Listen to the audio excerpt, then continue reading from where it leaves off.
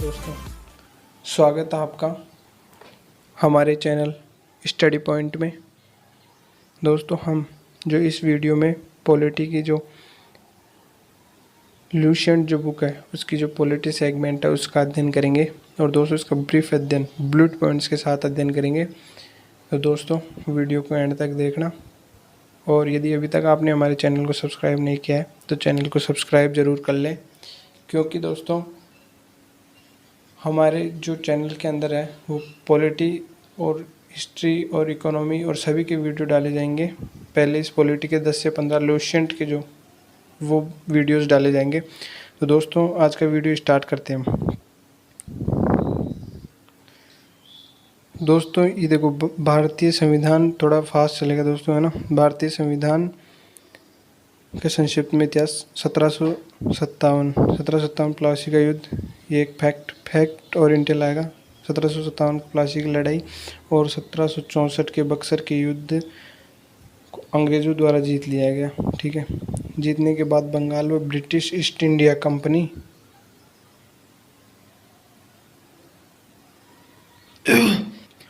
British east India company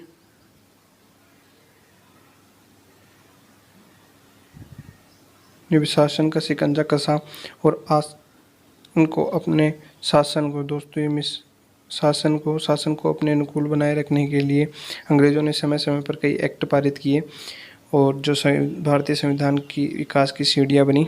तो दोस्तों हम सबसे पहले बात करते हैं रेगुलेटिंग एक्ट की।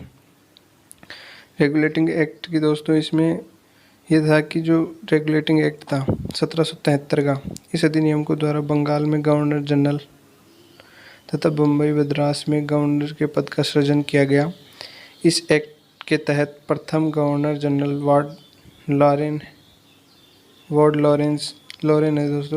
लॉर्ड वॉरेन हेस्टिंग्स, ठीक है, बनाया गया।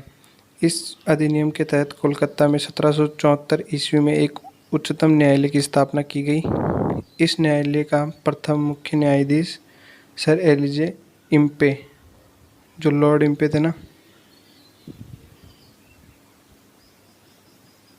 सर एलिजे इम्पे को बनाया गया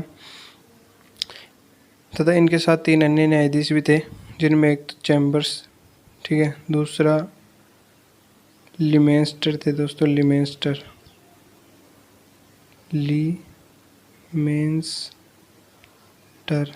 ठीक है, और जो एक थे वो हाइड, ठीक है। इस प्रकार से ये 3 थे। और दोस्तों बात करें हम एक्ट ऑफ सेटलमेंट, इसके बाद जो एक्ट आया वो था एक्ट ऑफ सेटलमेंट। दोस्तों इसमें क्या था कि 1781 में ये पारित हुआ और इसमें जो रेगुलेटिंग एक्ट की जो कमियों थी उनको दूर करने का प्रावधान किया गया। इस एक्ट के अनुसार कलकत्ता की सरकार को बंगाल, बिहार व उड़ीसा के लिए विधि बनाने का प्राधिकार प्रदान किया गया। प्राधिकार दोस्तों, अधिकार का मतलब ही प्राधिकार होता है, ठीक है। इसके बाद हम बात करें 1784 का पिट्स इंडिया एक्ट, ठीक है। तो इसमें क्या हुआ दोस्तों, इसमें जो दोहरे प्रशासन की जो नीति थी वो लागू हो गई। जैसे दोहरे प्रशासन की बात कर रहा हूँ, शासन की बात अलग होती है, प्रशासन अलग होता है, ठीक है। प्रशासन जो होता है वो गवर्नेंस होता है, ठीक है दोस्तों, गवर्नेंस। बोर्ड ऑफ डायरेक्टर्स जो व्यापारिक मामलों के लिए हुआ, ठीक है, और दूसरा बोर्ड ऑफ कंट्रोलर जो राजनीतिक मामलों के लिए था। तो दोस्तों ये आपको पूछ सकता है कि पिट्स एक्ट कब आया, क्या था, क्या क्या था उसमें, ठीक है। तो दोहरे शासन का प्रारंभ हुआ, ठीक है दोस्तों।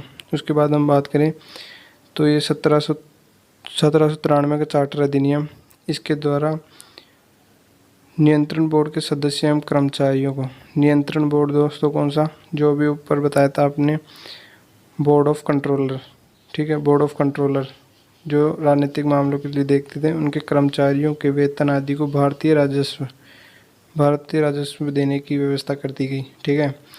और दोस्तों इसके बाद हम बात करते हैं 1813 ईस्वी का चार्टर अधिनियम। 1813 ईस्वी में इसमें क्या था कि जो 1813 ईस्वी का जो चार्टर अधिनियम था वो कंपनी के अधिकार पत्र को 20 वर्षों के लिए बढ़ा दिया गया।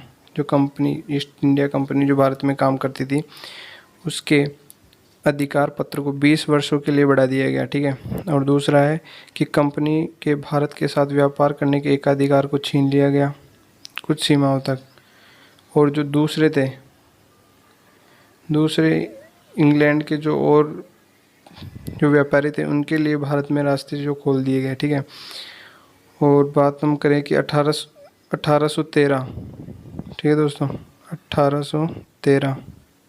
1813 ईस्वी से पहले ईसाई पादरियों को भारत में आने की आज्ञा नहीं थी।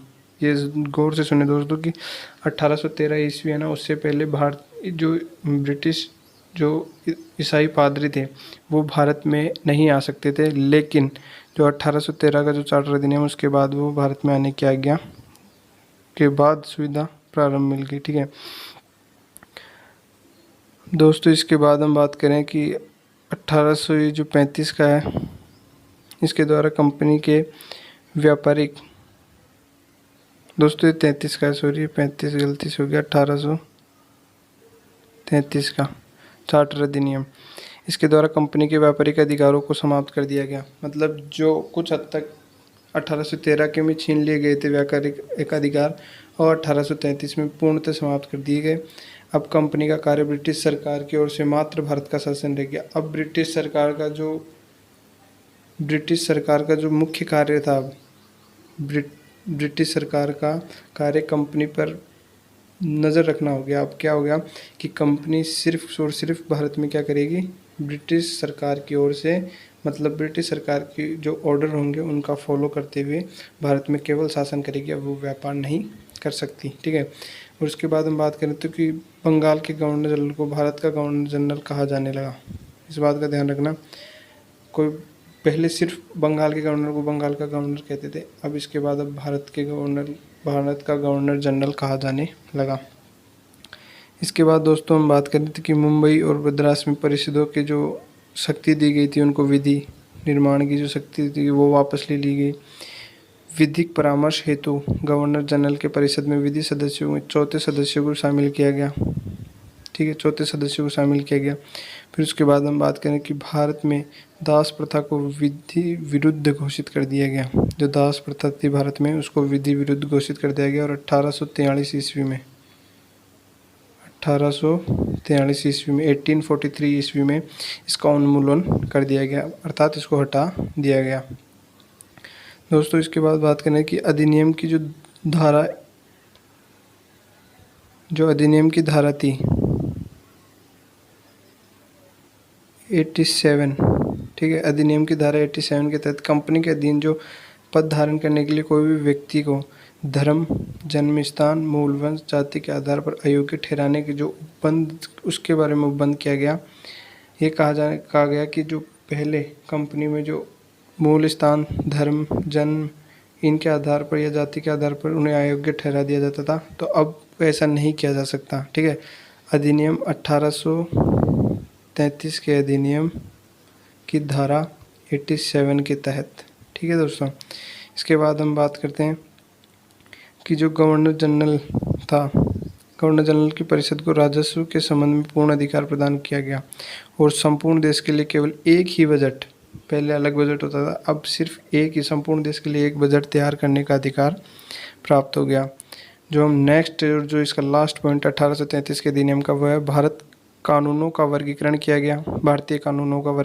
गया। और इस कार्य के लिए विधि आयोग की नियुक्ति, मतलब कि विधि आयोग का गठन किया गया और उसमें जो लॉर्ड मैकाले थे उनकी अध्यक्षता में प्रथम विधि आयोग का गठन हुआ दोस्तों। इसके बाद हम बात करते हैं कि 1853 ईस्वी का चार्टर अधिनियम।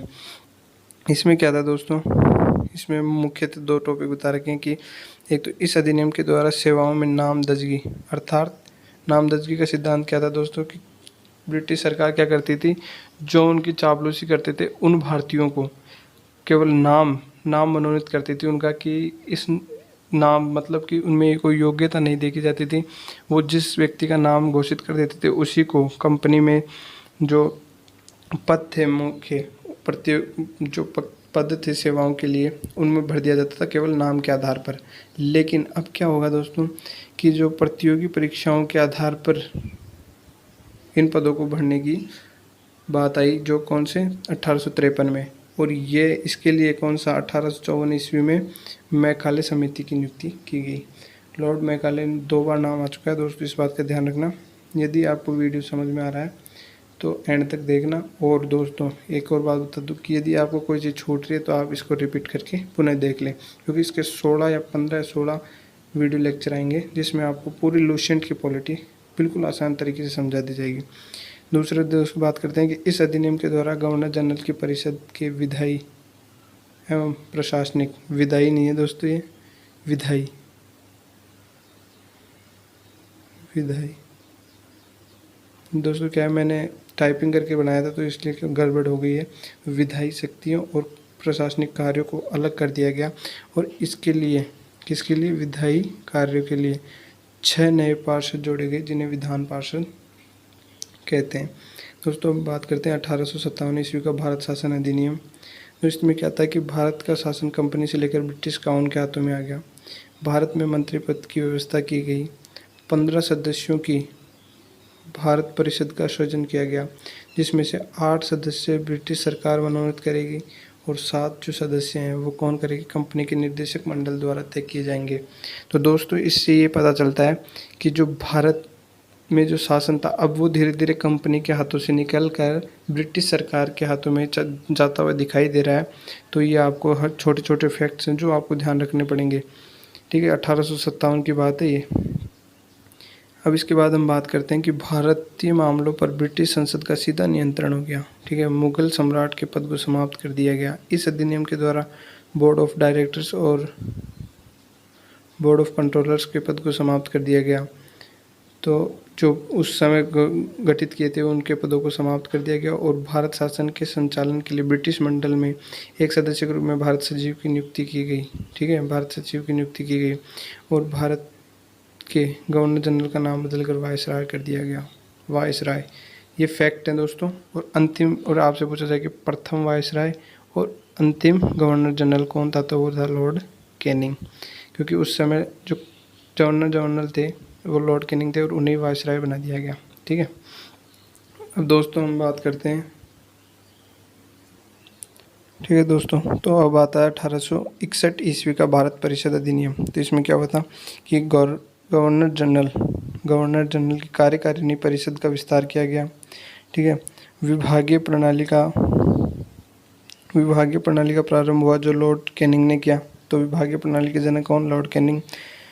गवर्नर जनरल की पहली बार अध्यादेश जारी करने की शक्ति प्रदान की गई और ऐसे अध्यादेश 6 महीने तक, जो वर्तमान में नियम है वही उस समय तक 6 महीने तक लागू रहेंगे। और गवर्नर जनरल को बंगाल, उत्तर पश्चिम सीमा प्रांत, पंजाब विधान परिषदों स्थापित करने की शक्ति प्रदान हो गई।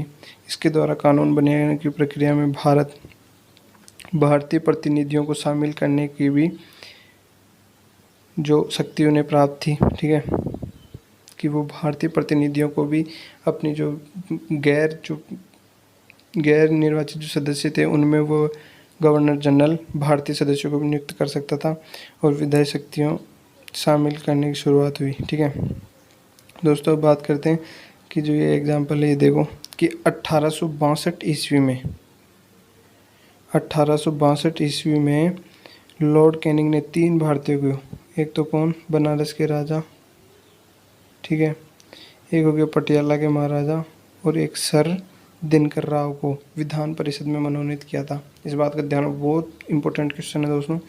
बात करते हैं, वीडियो थोड़ा लंबा हो रहा है दोस्तों लेकिन बहुत इंपॉर्टेंट है। 1873 ईस्वी का अधिनियम। इस अधिनियम में यह उपबंध किया गया कि ईस्ट इंडिया कंपनी को किसी भी समय भंग किया जा सकता है और 1 जनवरी कब हुई ईस्ट इंडिया कंपनी, 1 जनवरी 1884 ईस्वी को ईस्ट इंडिया कंपनी को औपचारिक रूप से भंग कर दिया गया। ठीक है दोस्तों, औपचारिक रूप से भंग कर दिया गया। दोस्तों अब करते हैं शाही उपाधि अधिनियम। इसमें क्या था दोस्तों, इस अधिनियम द्वारा गवर्नर जनरल की केंद्रीय कार्यकारिणी के 6ठे सदस्य की नियुक्ति की गई, 6ठे सदस्य की, और उसे लोक निर्माण कार्य का विभाग का कार्य सौंपा गया। 28 अप्रैल 1876 को, कहने का मतलब 28 अप्रैल 1876 को ईस्वी को एक, ये दोस्तों ये गलत है, घोषणा है इसमें, घोषणा द्वारा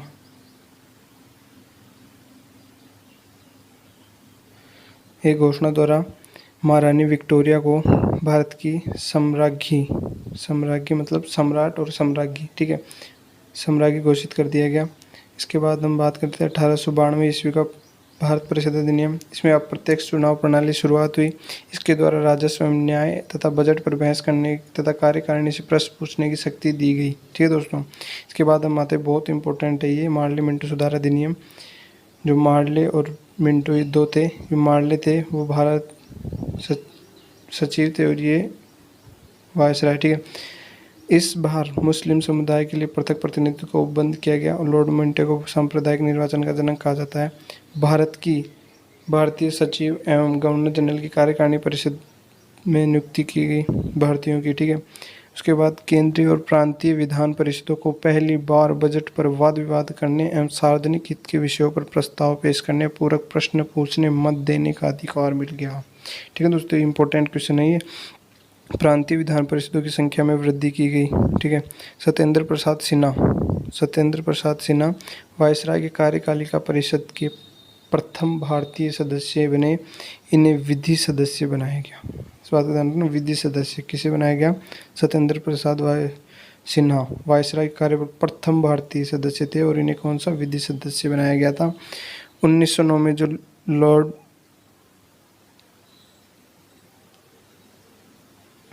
इंग्लैंड में लॉर्ड मार्ले थे, जो मिंटो और मार्ले। जो लॉर्ड मार्ले तो भारत सचिव थे, वो मैं पहले बता चुका, और जो लॉर्ड मिंटो थे भारत वायसराय थे। ठीक है दोस्तों। इसके बाद हम बात करते हैं 1919 का भारत शासन अधिनियम। इसमें क्या हुआ दोस्तों कि एक तो केंद्रीय रचनात्मक विधायकों की स्थापना की गई। ठीक है। एक तो राज्य परिषद और एक हो गई केंद्रीय विधान परिषद। ठीक है। प्रांतों में द्वैत शासन प्रणाली का परिवर्तन किया गया और प्रांतों में द्वैत शासन के लिए लियोनस कॉर्टियस थे जनक। ठीक है दोस्तों। इसके बाद हम बात करें कि इस योजना के तहत जो दो वर्गों में बांट दिया गया, एक तो आरक्षित विषय और एक हस्तांतरित विषय। लॉर्ड सचिव का अधिकार दिया गया, सचिव को यह अधिकार दिया गया कि वह भारत के मालिका परीक्षक की नियुक्ति कर सकता है। किसी भी अधिनियम ने भारत में एक लोक सेवा आयोग की गठन, ठीक है, इसी अधिनियम ने भारत में एक लोक सेवा आयोग के गठन का प्रावधान किया। और 1926 21 अप्रैल की बात है दोस्तों, ये डेट भी लिख लेना, 21 अप्रैल। ठीक है। 21 अप्रैल 1926 ईस्वी को ली आयोग की सिफारिश पर सिविल सेवकों की भर्ती के लिए केंद्रीय लोक सेवा आयोग का गठन किया गया। इसके बाद हम बात करें कि इस अधिनियम के अनुसार वायसराय की कार्यकारी परिषद में 6 सदस्यों में से कमांडर इन चीफ को छोड़कर 3 सदस्य भारतीयों का होना आवश्यक किया गया। इसके बाद इस सांप्रदायिक आधार पर सिखों, भारतीय और ईसाइयों और भारतीय यूरोपियों के लिए भी, आंग्ल भारतीयों और यूरोपियों के लिए भी पृथक निर्वाचन के सिद्धांत को विस्तारित किया गया। इसमें पहली बार केंद्रीय बजट और राज्य बजट को अलग अलग किया गया। इसके अंतर्गत एक वैधानिक आयोग का गठन किया गया जिसका कार्य 10 वर्षों बाद जांच करने के बाद रिपोर्ट देना था। ठीक है। मॉन्टेग्यू चैम्सफोर्ड सुधार नियम, ये देखो दोस्तों, बहुत इंपॉर्टेंट एमसीक्यू या ऑब्जेक्टिव क्वेश्चन आ रहा है कि जो मॉन्टेग्यू चैम्सफोर्ड सुधार अधिनियम था वो 1919 भारत में पहली बार महिलाओं को वोट देने का अधिकार दिया गया, पहली बार। और इस समय इनके प्रधानमंत्री थे लॉर्ड जॉर्ज। ठीक है। अब हम बात करते हैं जो अंतिम जो शासन जो सबसे बड़ा था, 1935 ईस्वी का भारत शासन अधिनियम। ठीक है दोस्तों, थोड़ा फास्ट चल रहा हूँ क्योंकि वीडियो काफ़ी लंबा होता जा रहा है। ठीक है। तो हम बात करते हैं कि इस अधिनियम में 321 अनुच्छेद थे और 10 अनुसूचियाँ थी। अखिल भारतीय संघ, ये संघ 11 ब्रिटिश प्रांतों व 6 चीफ कमिश्नरी क्षेत्रों से और जो देसी रियासतें मिलकर बनाना चाहती थी वो अखिल भारतीय, ठीक है, अखिल भारतीय संघ का निर्माण करने के लिए था, जिसमें 21 तो ब्रिटिश प्रांत, 6 चीफ कमिश्नरी प्रांत और देसी रियासतें। ठीक है दोस्तों। और केंद्रों में द्वैत शासन की स्थापना की गई, संघीय न्यायालय की व्यवस्था की गई, ब्रिटिश संसद की सर्वोच्चता स्थापित की गई। ठीक है। और भारत परिषद का अंत कर दिया गया। सांप्रदायिक निर्वाचन प्रणाली का विस्तार हुआ। इस अधिनियम में प्रस्तावना का भाव था। ठीक है। इस अधिनियम में प्रस्तावना का भाव था। इसके द्वारा बर्मा मतलब जो वर्तमान जिसको हम म्यांमार बोलते हैं, म्यांमार को भारत से अलग कर दिया गया। और जो देश की साख थी वो मुद्रा साख को नियंत्रित करने के लिए भारत में रिजर्व बैंक की स्थापना की गई। दोस्तों 1947 ईस्वी का भारत स्वतंत्रता अधिनियम की उसकी बात करते हैं कि ब्रिटिश संसद में 4 जुलाई 1947 ईस्वी को स्वतंत्रता अधिनियम प्रस्तावित किया गया और 18 जुलाई को ये क्या किया गया, पास कर लिया गया। ठीक है दोस्तों, ये जो है 10% जनसंख्या को मतदान का अधिकार दिया गया, ये 1935 का है। ठीक है, और अब इसके बाद हम बात करते हैं जो 1947 में 20 धाराएं थी। 15 अगस्त 1947 को भारत और पाकिस्तान 2 अधिराज्य का निर्माण इसमें लिखा हुआ था। और जो था दोस्तों वो ये था कि जो भारत और पाकिस्तान दोनों अधिराज्यों के लिए एक गवर्नर जनरल होंगे, जिनकी नियुक्ति ब्रिटिश मंत्रिमंडल की सलाह से की जाएगी। जब तक संविधान का निर्माण नहीं कर लेती तब तक विधानमंडल के रूप में यही कार्य करती रहेंगी। भारत में मंत्री पद समाप्त कर दिया गया और 1935 का जो शासन अधिनियम के द्वारा शासन पर संविधान द्वारा 1935 के भारत शासन अधिनियम द्वारा शासन जब तक संविधान द्वारा नया संविधान बनकर तैयार नहीं हो जाता तब तक 1935 के अधिनियम द्वारा ही शासन किया जाएगा भारत में। ठीक है, उसके बाद देशी रियासतों पर ब्रिटेन की सर्वसत्ता थी। ठीक है दोस्तों, सर्व कविता नहीं, सर्वसत्ता। देशी रियासतों पर ब्रिटेन की सर्वप्रभुता या सर्व जो सबसे ऊपर ब्रिटिश थे, कहने का मतलब सर्वप्रभुता। ठीक है, वो उसका अंत हो गया और भारतीय पाकिस्तान किसी भी अधिराज्य में शामिल होने, ठीक है, उनको भारत या पाकिस्तान किसी भी अधिराज्य में शामिल होने के संबंध में स्वतंत्रता प्रदान की गई। और इस अधिनियम के अधीन भारत डोमिनियन संघ को सिंध, बलूचिस्तान, पाकिस्तान, पश्चिमी पंजाब, पूर्वी बंगाल, पश्चिम उत्तर सीमा प्रांत और असम के सिलट जिले को छोड़कर सारा भारत अधिराज्य का सारा क्षेत्र बाकी जो था वो मिल गया। और इसी प्रकार जो हमारा जो टॉपिक था वो क्लियर हो गया है। ठीक है, जो संवैधानिक इतिहास था, ये दोस्तों संवैधानिक इतिहास का जो हमारा जो संवैधानिक इतिहास था उसका वीडियो था। ठीक है, संवैधानिक इतिहास का वीडियो। ठीक है, ये एंड हो गया है और इसका नेक्स्ट वीडियो जल्दी आएगा। यदि आपको अच्छा लगा हो तो शेयर, लाइक, कमेंट, चैनल को सब्सक्राइब जरूर करें ताकि जो अगला जो वीडियो 1-2 दिन में आने वाला है वो आपको सबसे पहले मिले और इसका आपको बेनिफिट हो। ठीक है दोस्तों, थैंक यू।